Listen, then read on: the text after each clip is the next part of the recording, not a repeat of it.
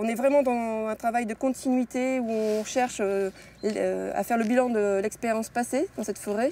Et puis on essaye de se projeter à l'avenir avec les changements sociétaux, environnementaux.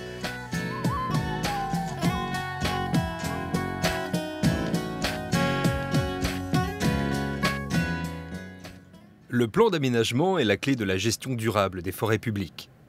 Document établi pour une durée de 15 à 20 ans, il fixe les grandes orientations qui façonnent la forêt. Il s'appuie sur les différents aménagements qui se sont succédés et fait l'objet de révisions régulières. Quand on parle de gestion durable, donc là on a quand même des documents là, de 1889, c'était déjà un aménagement, la forêt de Compiègne. Grâce à ce genre de documents, quand on a l'âge actuel des bois en 1887, quand la plantation avait 5 ans, c'est très facile de pouvoir actualiser et avoir l'âge en 2010. Fini les livres d'écriture à la plume. Munis d'outils informatiques, Eva et son collègue Émeric réalisent une série de relevés sur le terrain. Nous avons, à partir de cartes, défini des zones à décrire, avec un certain nombre de points à faire. Et on va décrire et le peuplement. Un gros bois de chêne. Un gros bois de chêne. Et aussi le sol pour mieux définir les potentialités de la forêt.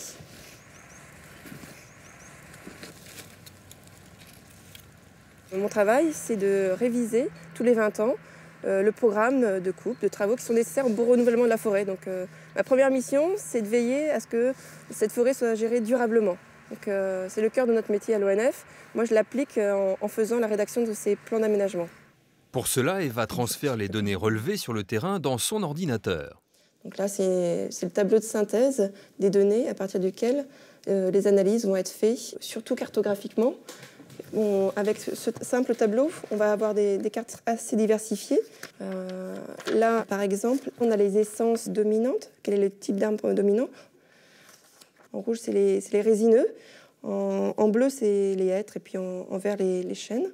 D'autres cartes sont établies à partir de ces données, comme celle des sols, de l'âge des peuplements ou des essences souhaitées dans l'avenir.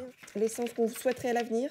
Autant d'informations utiles à l'aménagiste, qui a également pour mission de présenter ce document de gestion aux différents partenaires.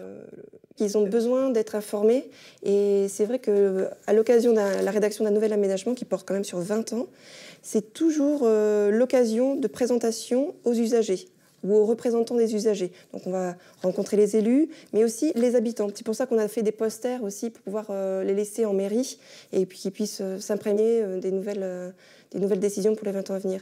Et puis, connaissances scientifiques et sens du contact, des compétences indispensables pour exercer ce métier.